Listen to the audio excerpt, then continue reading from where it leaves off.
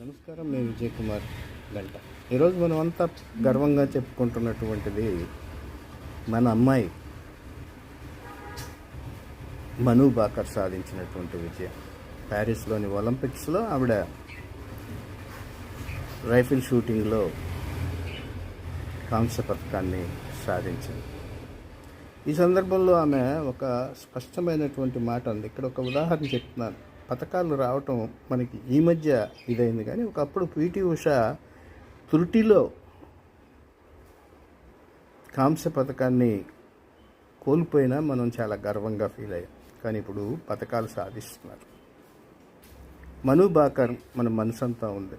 ఈ సందర్భంలో ఆవిడ ఒక మాట చెప్పింది, అది గీత నుంచే ఉదాహరించింది అనుకోండి. తన లక్ష్యం పథకం మీద ఉంది. భారత ప్రతిష్టను కాపాడాలనే దాంతో ఉంది. దేశం